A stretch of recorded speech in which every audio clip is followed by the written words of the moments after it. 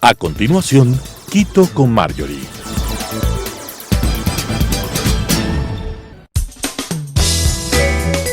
Clasificación A. Apto para todo público.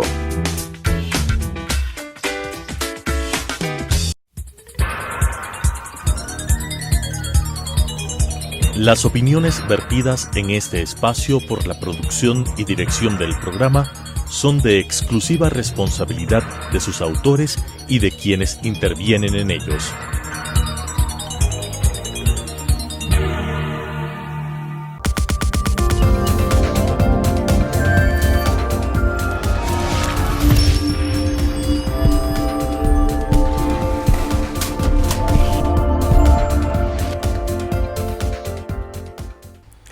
Queridas amigas y amigos, es para mí un gusto poder estar aquí nuevamente con ustedes.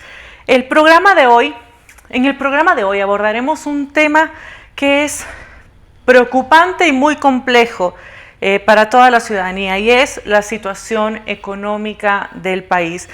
La situación que resulta devastadora y ha hecho postergar necesidades prioritarias y básicas de la ciudadanía. Para analizar esta problemática nos acompaña el día de hoy el economista Alberto Dajik. El economista Dajik ha sido vicepresidente de la República, fue también ministro de Finanzas y presidente de la Junta Monetaria. Actualmente es director del Centro de Estudios Económicos y Sociales para el Desarrollo de la Universidad Espíritu Santo y vicepresidente del Grupo Empresarial Amazonas. Muchísimas gracias, Alberto, por acompañarme en este día. Para mí es un placer tenerlo en mi programa. Muchas gracias, Mario.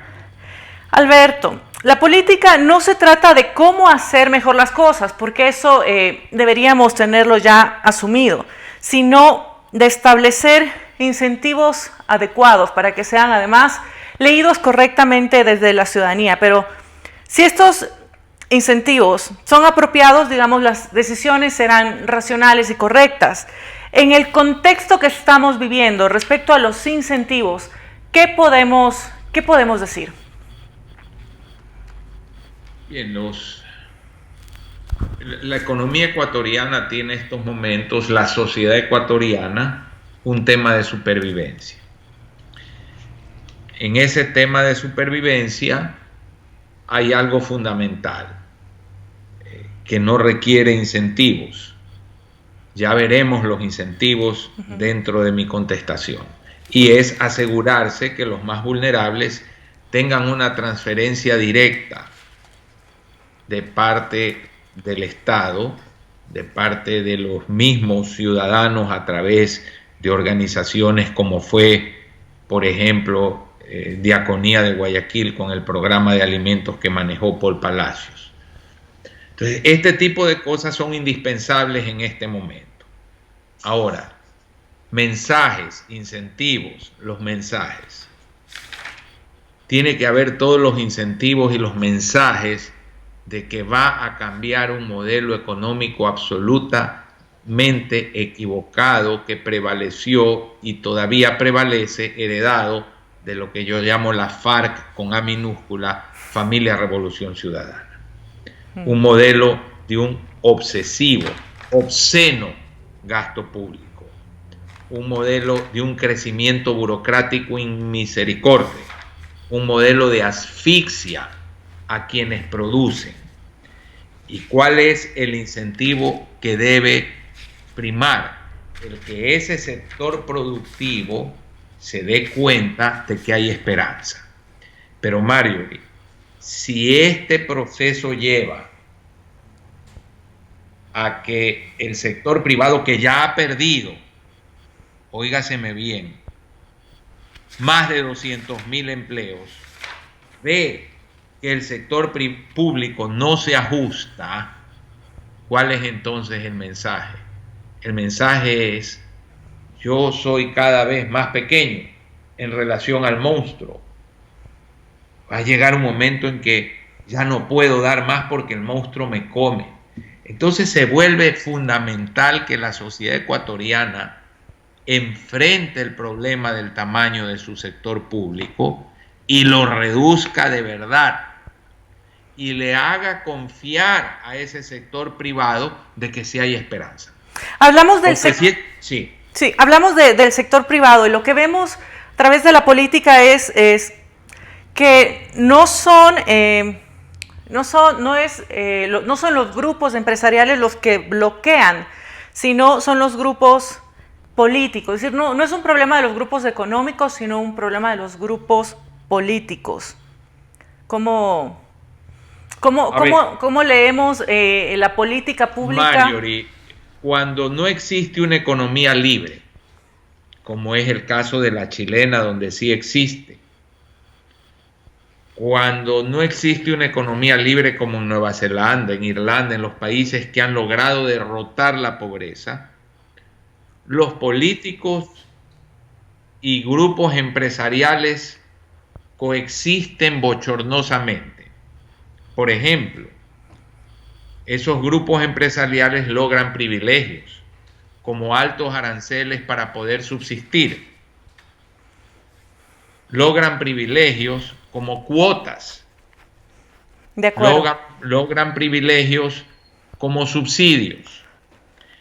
Pero ciertamente la cultura populista y ese canibalismo que ha prevalecido en el Ecuador durante tantas décadas es un fenomenal estorbo para la transformación y modernización que la sociedad ecuatoriana necesita si quiere ir a derrotar la pobreza, si quiere ir a salir de la pobreza. Hay una mentalidad de matar en la política ecuatoriana. Hablando del privilegio que tienen ciertos grupos o en ciertas posiciones, es como una falla de mercado, ¿no? Cuando vemos la selección adversa dentro de las fallas de mercado de segundo grado, que está el riesgo moral, que es este oportunismo precontractual. Es decir, yo escucho esto y veo lo que está sucediendo en nuestro país y inmediatamente le hago par con la corrupción, ¿no? Que parece estar institucionalizada. ¿Cómo podemos entender como ciudadanos esta vorágine de casos de corrupción que hemos visto evidenciados en una etapa de crisis y qué es lo que podemos hacer al respecto? Bueno, quiero reflexionar sobre esto, Mario. Usted es muy joven, pero recordará escándalos en el gobierno de Roldós y Hurtado inventados. Las muñecas de trapo fue una farsa. El arroz con gorgojo, todo arroz tiene gorgojo, o es muy fácil que lo tenga. Y los casos que se fueron sucediendo después, muchos de ellos inventados. Los escándalos grandes de corrupción del pasado, muchos fueron inventados. Yo fui víctima de uno de ellos. Compare esos, entre comillas, escándalos con lo que sucedió en el gobierno de la FARC, Familia Revolución Ciudadana.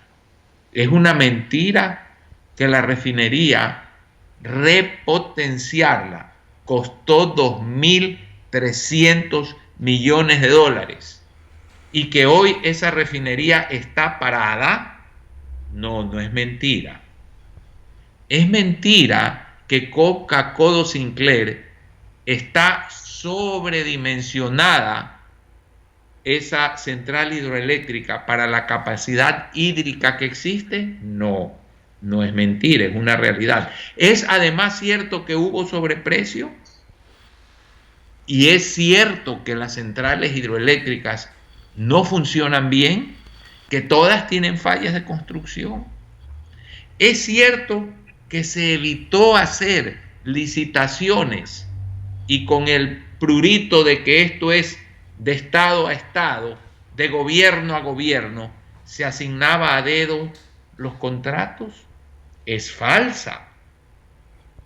¿Es inventada la denuncia sobre Odebrecht? No. y mire adicionalmente los montos de esa corrupción. ¿Qué sucedió, Mario? Sucedió que el ADN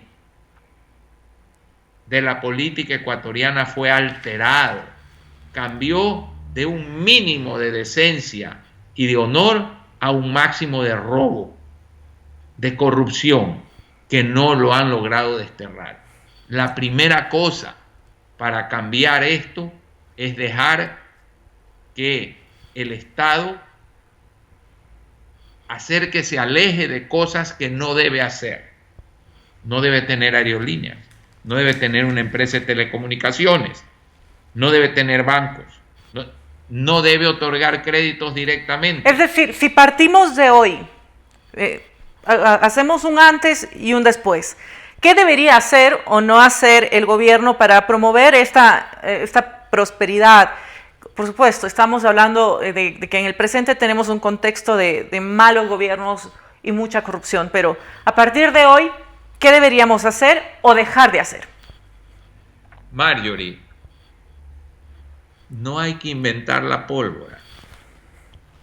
Hoy, un país que aborrecemos en su conducta política, que aborrecemos por su falta de libertad, no al país, a su sistema político, porque ahí hay gente que no tenemos por qué aborrecer, pero un sistema político absolutista, que niega libertades ciudadanas, derechos humanos básicos, como es la China, que era un país paupérrimo, ha logrado un éxito económico impresionante. ¿En base a qué? A un discurso anticapitalista, a un discurso antiimperialista. No. ¿Y cómo lo logró Nueva Zelanda? ¿Y cómo lo logró Chile? ¿Y cómo lo logró Australia? ¿Cómo han logrado vencer la pobreza los países que hoy son ricos? Criticando al mercado de capitales, a la banca internacional, a las transnacionales. No, lo han hecho con una economía libre, que atraiga capitales, que atraiga inversión, alejados de un discurso populista. Lo primero que hay que hacer es que el país entienda y vaya por ese gran cambio que implica alejarse de subsidios, alejarse de dádivas, alejarse de una economía donde el gobierno interviene para fijar un precio aquí, poner una cuota acá, dejar que la libertad de acción de la gente, la sana competencia, la vinculación al mercado mundial, la vinculación a todos los mercados posibles, nos dé esa base de un círculo virtuoso mágico. De acuerdo. Pero estamos en un periodo de austeridad, digamos, y las políticas de austeridad es una forma de deflación voluntaria en que la economía se ajusta por medio de la reducción de salarios, que lo hemos visto, precios y gasto público, para restablecer la competitividad, lo cual es supuestamente mejor logrado recortando el presupuesto, las deudas y el déficit. La austeridad es primordialmente un problema de política, de redistribución, y no uno de contabilidad o de las finanzas. ¿Qué podemos decir de esta política o de estas medidas de austeridad que ha tomado el gobierno en esta etapa de crisis? Marjorie, son inevitables. Si a usted se le cae el ingreso fiscal casi a la mitad, imagínese que a usted le digan su ingreso es la mitad. ¿Va usted a salir más a comer? ¿Va usted a gastar más, comprar más ropa? No, se tiene que ajustar. Bueno, el país se tiene que ajustar. ¿Y por qué la medida de austeridad del gobierno es fundamental? ¿Y por qué inclusive la plata que se trae de afuera tiene que ser para reactivar al sector privado, mucho más que para sostener a la burocracia? ¿Por qué? Porque la causa principal de dónde estamos hoy, ¿de dónde viene? Viene de un excesivo crecimiento de los sectores productivos, del sector exportador, del sector manufacturero, del sector de la construcción. No, viene de un excesivo crecimiento del aparato estatal. Entonces, si la causa primigenia y fundamental de todo lo que está viviendo el Ecuador, que se lo anunció en su momento, se lo dijo repetidamente, es ese crecimiento del gasto público, no queda más que la austeridad ahí, es inevitable. De acuerdo. Y ojalá se haga en la proporción correcta. Alberto, cuando pensamos en el futuro, a mí me genera mucha preocupación la desigualdad, ¿no? Cuando hablamos de desigualdad, redistribución y crecimiento, ¿cuál tiene que ser nuestra supuesta dinámica de redistribución cuando en esta crisis más bien vemos asentadas estas desigualdades? Y ojalá, y mi pregunta es, ¿cómo podríamos hacer que esta nueva etapa y esta nueva redistribución no caiga en un discurso de lucha de clases, nuevamente, como lo hemos visto en los últimos 11, 12 años, y esto genere, digamos, más apatía entre la ciudadanía respecto de los políticos? Si usted examina la caída de la pobreza de 1993 a 1995, esa es la caída de la pobreza más rápida que se ha dado en la historia del Ecuador, la más rápida que se ha dado en la historia del Ecuador. Y esa caída de la pobreza se dio en un programa de ajuste. ¿Por qué? Porque al haberse eliminado subsidios como el de los combustibles, que iban fundamentalmente a las clases más pudientes, y haberse privilegiado un gasto social que iba a los más necesitados, la política de ajuste convivió con una reducción de la pobreza. No puede haber búsqueda de la equidad, que es un objetivo loable, sin crecimiento. Usted puede tener crecimiento sin mejor equidad. No puede tener mejor equidad sin crecimiento, porque usted tiene que distribuir una riqueza que ha generado. De acuerdo. Y hablemos un poquito sobre el papel de las instituciones, que es clave, porque son las instituciones las que propenden que el poder político lleve a cabo las transformaciones que son necesarias. Es decir, las economías crecen cuando sus instituciones son capaces de abordar conflictos y procesarlos de manera adecuada, por supuesto con reglas claras. Pero más bien, nuestra percepción es que nuestras instituciones perpetúan el conflicto y los problemas. ¿Cómo hacemos para hacer todas las medidas y todos los ajustes correctos en medio de instituciones débiles y que no son capaces de solucionar ni sus conflictos internos, mucho menos los conflictos de la sociedad? A ver, las instituciones derivan de una constitución. Es la constitución la que establece, no en su parte dogmática, sino en su parte orgánica, la estructura del Estado. Y no hay duda que la estructura del Estado que emana de la Constitución de Montecristi es una estructura para un gobierno tiránico, para un gobierno de un solo partido, para un gobierno de $100 el precio del petróleo, para un gobierno que buscará perpetuarse a través de un solo partido para siempre.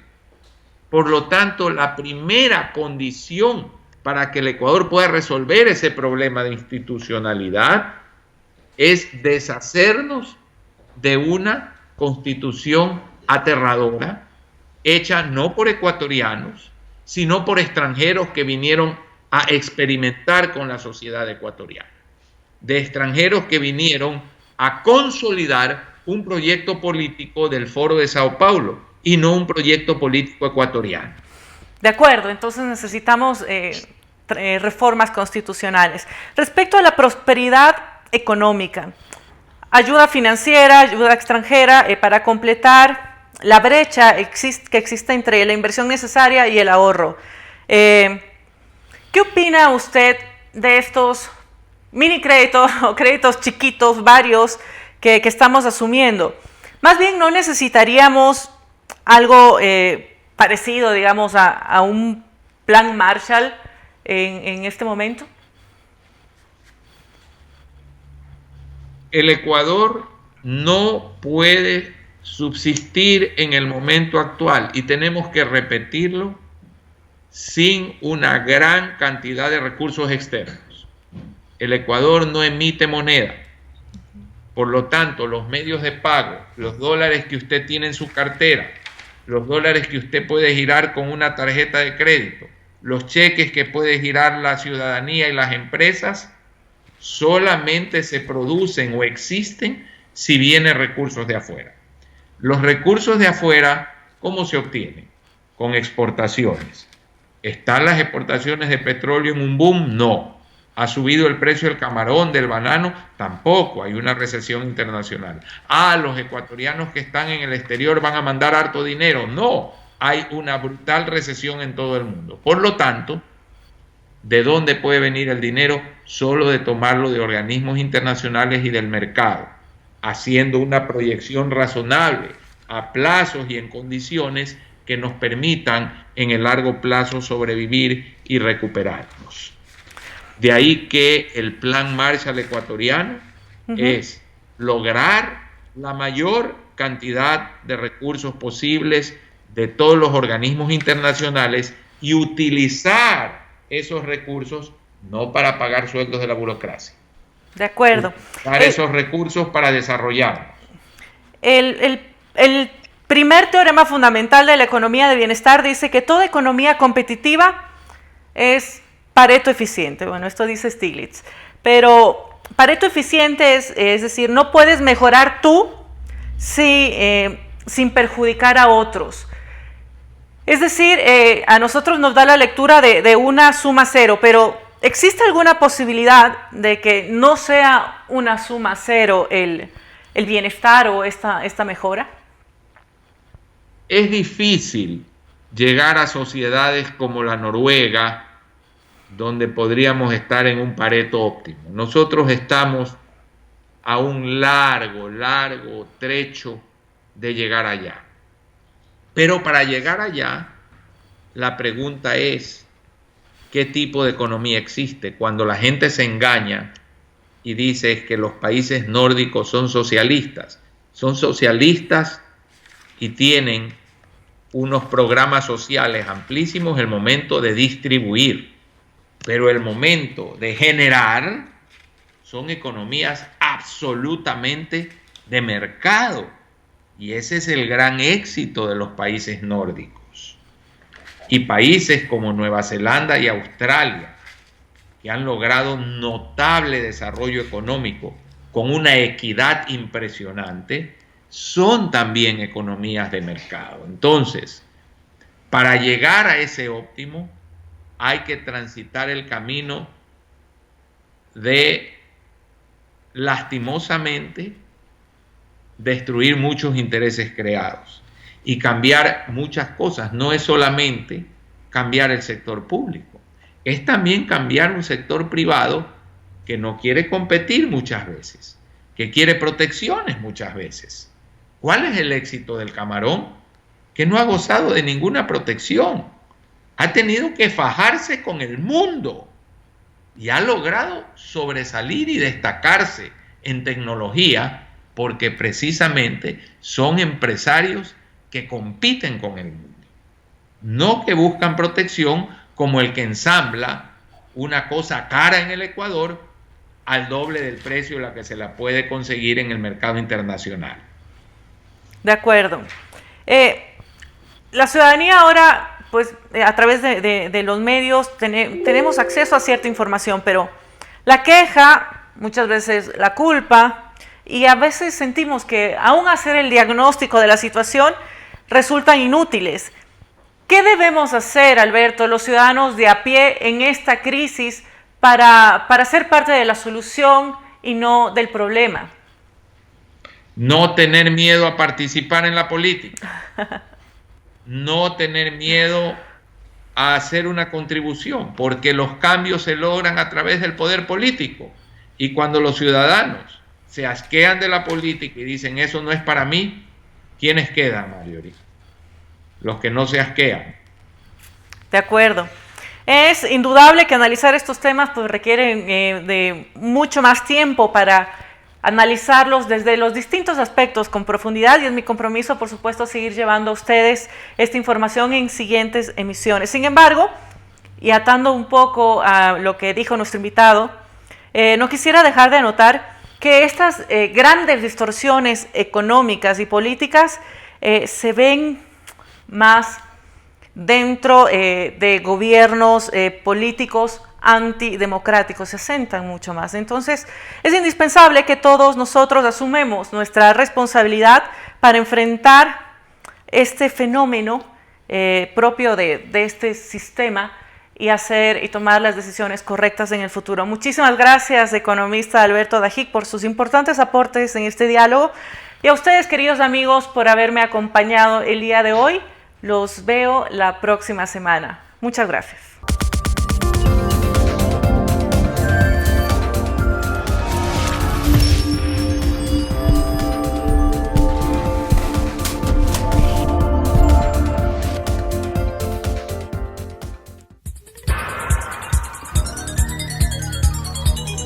Las opiniones vertidas en este espacio por la producción y dirección del programa son de exclusiva responsabilidad de sus autores y de quienes intervienen en ellos.